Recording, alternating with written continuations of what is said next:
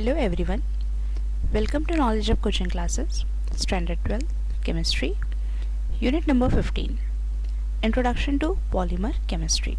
ये एक बहुत ही छोटा सा यूनिट है और बहुत इजी भी यूनिट है और इसका वेटेज है बोर्ड एग्ज़ाम के लिए 3 to 4 मार्क्स के लिए।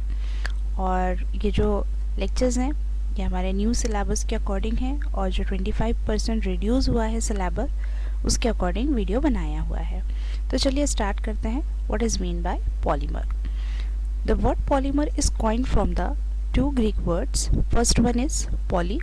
पॉली मीन्स होता है मैनी एंड मर्स। मर्स मिरोज से लिया गया है, मीन्स पार्ट्स, मीन्स छोटे छोटे से उसके हिस्से। तो बहुत सारे पॉली मीन्स होते हैं मैनी, बहुत सारे, और यूनिट्स पार्ट्स, बहुत सारे छोटे छोटे से पार्ट्स मिलकर जो एक बड़ा सा स्ट्रक्चर बनता है वो कहलाता है पॉलीमर्स, मैनी पार्ट्स। तो what is mean by polymers? Polymers are macromolecules. अब बहुत सारे पार्ट्स मिल गए छोटे छोटे छोटे छोटे तो बहुत बड़ा सा मॉलिक्यूल बन गया। अब बहुत बड़ा मॉलिक्यूल बन गया तो उसका मॉलिक्यूलर वेट भी कैसा हो जाएगा? हाई हो जाएगा, having high molecular weight and composed of smaller repeating unit. और छोटे छोटे छोटे यूनिट्स रिपीट होते हैं और उसी को हम क्या कहते हैं? मोनोमर्स। ये छोटे छोटे यूनिट्स मोनोमर्स। मोनो मतलब होता है वन और मर्स मतलब होता है पार्ट। तो एक एक सिंगल पार्ट एक साथ कंबाइन होते हैं और बहुत सारे पार्ट्स बनाते हैं, मीन्स पॉलीमर को बनाते हैं। जैसे एग्जाम्पल है polythene, PVC, polyvinyl chloride, terylene और बहुत सारे इसके एग्जाम्पल्स रहेंगे। तो आगे देखेंगे हम उसके। What is mean by monomers? Monomers are the small, बहुत छोटे हैं, and simple molecule having a capacity to form two chemical bond। two chemical bond को form करेंगे with two other monomers। जैसे एग्जाम्पल है इथीन, विनिल क्लोराइड। तो ethene है तो इथीन एक मोनोमर है और बहुत सारे इथीन मॉलिक्यूल्स जो है वो कंबाइन होंगे तो पॉलीथीन बनाएंगे। इथीन मोनोमर है, इथीन जो हो गया ये है मोनोमर। और ऐसे ही इथीन इथीन इथीन जब कंबाइन होंगे तो वो बन जाएंगे क्या? पॉली इथीन, इस तरीके से। तो फिर ये जो मोनोमर है इस मोनोमर की कैपेसिटी होना चाहिए कि ये एक इसके बाद के इथीन को कंबाइन कर ले और इससे पहले वाले को कंबाइन कर ले, तभी तो number of ethene molecules combine होंगे। तो इसलिए कहा जाता है कि ऐसे मॉलिक्यूल्स होना चाहिए, ऐसे मोनोमर्स होना चाहिए जिनकी कैपेसिटी जो है वो टू केमिकल बॉन्ड्स फॉर्म करने के लिए हो अदर मोनोमर्स के साथ में। पॉलीमराइजेशन। पॉलीमराइजेशन एक प्रोसेस है और इस प्रोसेस में सिंथेसाइज किया जाता है पॉलीमर को, मीन्स मोनोमर पॉलीमर में जब कन्वर्ट होते हैं तो उस प्रोसेस को हम कहते हैं polymerisation.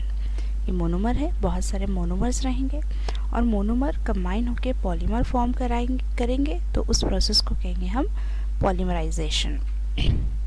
Then classification of polymers. ये एक ब्रॉड कॉन्सेप्ट है जिसमें हम पॉलीमर को क्लासीफाई करते हैं बेस्ड ऑन सोर्सेस और origin, based on structure, based on intermolecular forces, based on mode of polymerization, number of monomers and biodegradability। तो इस तरीके से 6 डिफरेंट बेस के फॉर्म में हम इसको क्लासीफाई करेंगे। तो अब इसको डिटेल में पढ़ना है हमको, वन बाय वन पढ़ेंगे। सबसे पहले पढ़ेंगे हम classification of polymers on the basis of sources और ओरिजिन, कि वो किस सोर्सेज से मिले हैं और उनका ओरिजिन क्या है। बेस्ड ऑन सोर्सेज और origin, this is the first classification. Natural, synthetic and semi synthetic. Natural polymer, natural जो नेचुरल है मीन्स जो कुदरती हैं, तो ऐसे पॉलीमर जो नेचर से मिलते हैं, नेचुरल सोर्स से मिलते हैं, उसे हम कहेंगे नेचुरल पॉलीमर्स। और नेचुरल पॉलीमर्स, अब नेचुरल पॉलीमर्स नेचर से हमको कहाँ से मिलते हैं? एक तो ओरिजिन होगा हमारा प्लांट से और दूसरा होगा एनिमल से। तो plant origin and animal origin. तो प्लांट पॉलीमर्स मतलब प्लांट से जो पॉलीमर्स मिलते हैं उसे कहेंगे हम प्लांट पॉलीमर। जो प्लांट से मिलेंगे, जैसे कि for example cotton, wool, sorry cotton और लिनिन, ये एग्जांपल हो गए प्लांट पॉलीमर के। एनिमल से जो ओरिजिन होगा, जो एनिमल से ऑब्टेन होंगे, जैसे कि वूल, सिल्क, ये हो गए नेचुरल पॉलीमर। तो natural polymers are of two types, plant polymer and animal polymer. Synthetic polymers means जो कि मैन मेड है, जिसमें कोई नेचर का रोल नहीं है, पूरे केमिकल से सिंथेसाइज किए गए हैं, मैन मेड है, लेबॉर्ट्रीज में बने हैं, इंडस्ट्रीज में बने हैं। These are man made, prepared in laboratories और इंडस्ट्रीज एंड केमिकल सब्सटेंसेस। जैसे कि पॉलीथीन जो हो गया, ये बिल्कुल आर्टिफिशियल है, मतलब यहाँ नेचर का कोई रोल नहीं है। उसी तरीके से टेरिलीन, पीवीसी और बहुत सारे हैं, नायलॉन वगैरह, जो सिंथेटिक है। सेमी मीन्स होता है हाफ। सिंथेटिक मतलब नेचुरल पॉलीमर को केमिकली उसको ट्रीट करके और उसकी क्वालिटी को इम्प्रूव किया गया है। तो polymer which are derive from natural polymer but synthesise, but उसको जो और ट्रीट किया गया है उसकी टेंसाइल स्ट्रेंथ वगैरह बढ़ाने के लिए, उसकी क्वालिटी को बढ़ाने के लिए, तो वो हो गया सेमी सिंथेटिक। जैसे कि सेलुलोज एग्जाम्पल है, सेलुलोज, एसीटेट रेयॉन, क्यूप्रामोनियम सिल्क, ये एग्जाम्पल है सेमी सिंथेटिक की। तो सिंपल है, natural, synthetic, semi synthetic. Second classification है पॉलीमर की बेस्ड ऑन स्ट्रक्चर। अब वो स्ट्रक्चर कैसे फॉर्म करता है, मतलब जब मोनोमर अटैच होकर पॉलीमर बन जाए तो वो कैसे दिखेंगे। लीनियर पॉलीमर, लीनियर और स्ट्रेट चेन पॉलीमर भी कह सकते हैं हमको, कि मोनोमर जब ज्वाइन होंगे, पॉलीमर फॉर्म करेंगे, तो एक स्ट्रेट चेन उनकी फॉर्म हो जाएगी। देखिए इस तरीके से, ये जो दिख रहा है दिस इज लीनियर पॉलीमर, एक पूरी एक चेन तैयार हो रही है। तो हम कह सकते हैं when the monomer molecules are joined together in a linear arrangement, the resulting polymer is straight chain polymer. जैसे इसके एग्जाम्पल में आएगा PVC, polythene, these are the examples of linear polymer. Branch chain polymer, अब branches है, यहाँ इस structure में आप देख सकते हो कि ये एक चेन है और इसमें से एक साइड से चेन आ जा रही है। तो मोनोमर्स कंबाइन होके पॉलीमर फॉर्म कर लें और इस साइड से चेन अराइज हो जा रही है, तो इस टाइप के पॉलीमर को कहेंगे हम ब्रांच चेन पॉलीमर। एक छोटी छोटी सी यहाँ पर जो आपको दिख रही है, ये चेन फॉर्म हो गई है एक स्ट्रेट चेन पॉलीमर के साथ में, तो उसे हम कहेंगे ब्रांच चेन पॉलीमर। इसके एग्जाम्पल है जैसे polypropylene, LDPE, these are the example of branch chain polymer. Cross link, ये एक थर्ड टाइप का स्ट्रक्चर बेस्ड पॉलीमर है, जिसमें जो नेटवर्क लाइक स्ट्रक्चर तैयार हो जाता है। देखो ये जो चेन है वो एक दूसरे से कनेक्टेड है और बड़े से मॉलिक्यूल्स नेटवर्क लाइक फॉर्म कर ले रहे हैं, तो क्रॉस लिंक को ही हम कहते हैं नेटवर्क पॉलीमर, क्योंकि क्रॉस लिंक्ड है और लीनियर चेन आपस में जो कंबाइन होकर इस तरीके से एक बड़ा सा स्ट्रक्चर फॉर्म कर दे रही है। तो इसके एग्जाम्पल्स में आएगा बेकेलाइट, मेलामाइन, जो इसके स्ट्रक्चर्स हम देखने वाले हैं आगे सब। तो ये देखिए linear straight chain, branch, linear chain में ही छोटी छोटी सी ब्रांचेस फॉर्म हो गई है, और क्रॉस लिंक मतलब नेटवर्क लाइक स्ट्रक्चर इस तरीके से फॉर्म हो रहे हैं। Third classification which is based on molecular forces, ये है आपका थर्ड क्लासिफिकेशन पॉलीमर का, कि कैसे फोर्सेस फॉर्म होता है। सबसे पहला है इलास्टोमर्स। इलास्टोमर्स हमको ऐसे नाम सुनते ही से ये आ रहा है कि जिस लाइक इलास्टिक प्रॉपर्टी, ये देखें ये रबर है, तो इसको जब आप स्ट्रेच करोगे तो ये खींच जाएगा, और जैसे ही आप इसके जो उसका स्ट्रेंथ है, जो खिंचाव है, जैसे ही आप उसको छोड़ोगे अपना पोजीशन को रिगेन कर लेगा। तो the polymers that have elastic like character, उसी को हम कहेंगे elastomers. The elastomers polymer chains are held together by weak van der Waals forces. Forces इनमें वीक रहेंगे जब भी तो ये स्ट्रेच रहेगा, मतलब खींचेगा, तान आएगा इस पर। अगर हार्ड मतलब अगर स्ट्रॉन्ग फोर्सेस होते तो ये खिंचाव नहीं आता इसके अंदर। तो because of this weak forces polymer can be easily stretch by applying a small stress. थोड़ा सा भी अगर हम स्ट्रेस करेंगे तो ये खिंच जाएगा और फिर ये अपना ओरिजिनल शेप ले लेगा जैसे ही हम स्ट्रेस को रिमूव करेंगे। तो इसका एग्जाम्पल आ जाएगा Buna S rubber, Buna N rubber, vulcanize rubber, neoprene rubber. These are the examples. Second है फाइबर्स। फाइबर्स नाम देखते ही हमको ऐसा आ रहा है कि fibre means thread like structure होना चाहिए। बिल्कुल करेक्ट है, ऐसे थ्रेड लाइक स्ट्रक्चर जो फॉर्म करेगा वही कहला रहा है फाइबर। तो ऐसे फाइबर्स जो थ्रेड लाइक्स हो उन्हें हम फाइबर्स कहेंगे। तो fibre possesses high tensile strength, strength ज़्यादा होगी जब भी तो जो थ्रेड है, थ्रेड को अगर आप खींचते हैं तो वो टूटेगा नहीं जल्दी से, क्योंकि उसके अंदर जो फोर्सेस रहेंगे वो स्ट्रॉन्ग फोर्सेस रहेंगे। इलास्टोमर्स में वीक फोर्सेस थे, लेकिन फाइबर्स में जो इंटरमॉलिक्यूलर फोर्सेस होंगे वो स्ट्रॉन्ग फोर्सेस रहेंगे। और वो फोर्सेस कौन से होंगे? हाइड्रोजन बॉन्डिंग्स के। और इसमें strong dipole forces of attraction होगा जिसकी वजह से वो स्ट्रॉन्ग हो जाएंगे। They are crystalline in nature. Example आएंगे इसके पॉलीअमाइड फाइबर्स।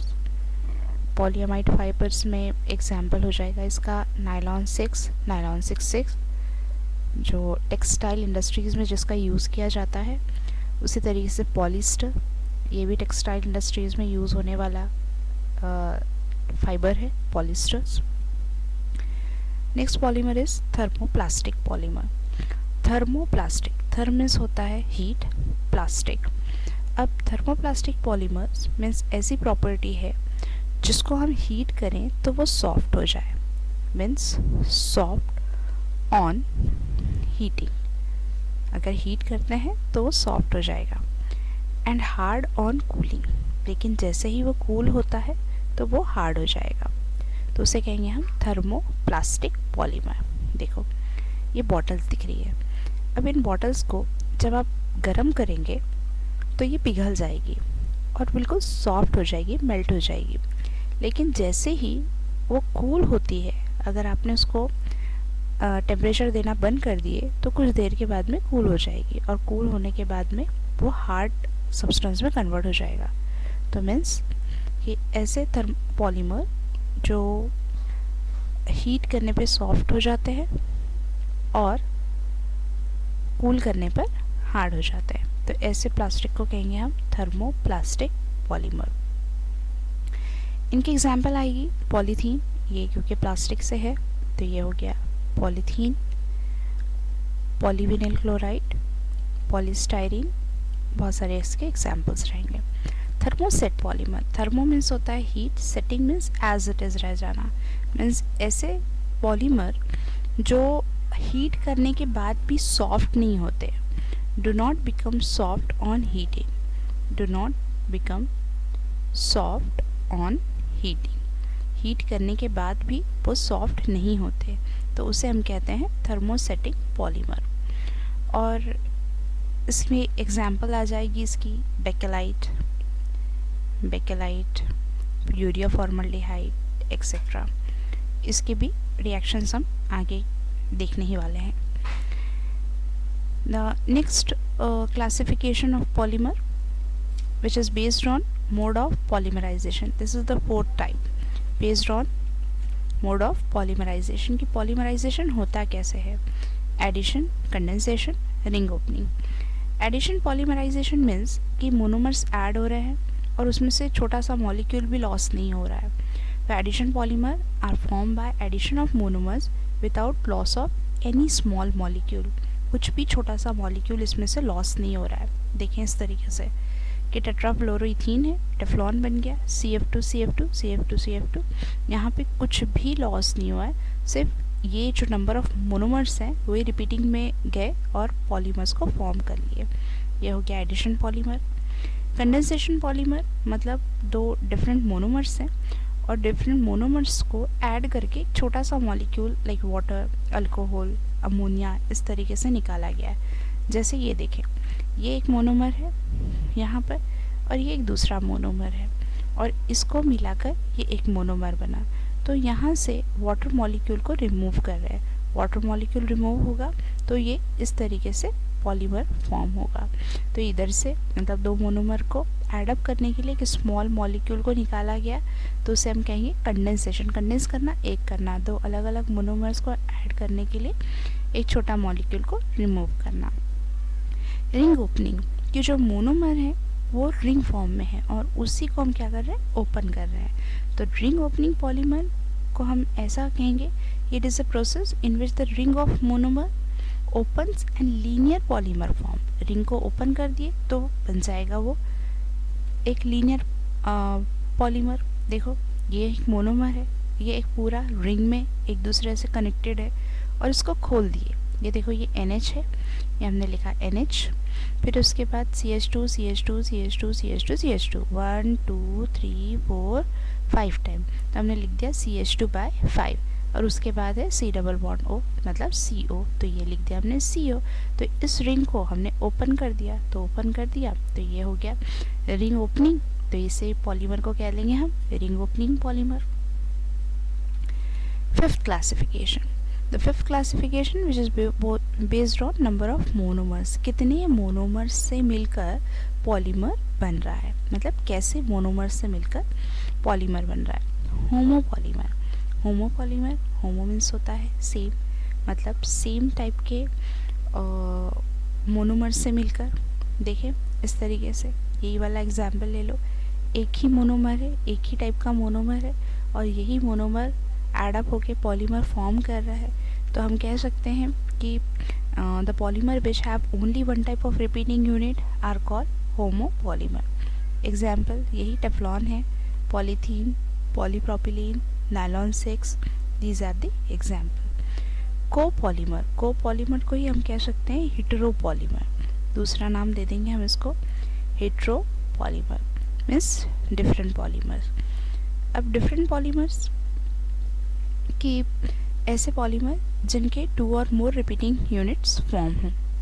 इस तरीके से ये एक मोनोमर हो गया, ये एक दूसरा मोनोमर हो गया, ये दोनों मोनोमर्स हैं, ये दो अलग अलग मोनोमर्स एड अप होके पॉलीमर को फॉर्म कर रहे हैं। तो सेम टाइप के अगर मोनोमर्स एड अप होके पॉलीमर फॉर्म हो रहे हैं तो होमोपॉलीमर, और डिफरेंट टाइप के पॉलीमर एड अप होके पॉलीमर फॉर्म हो रहे हैं तो उसे कहेंगे हम हेटेरोपॉलीमर।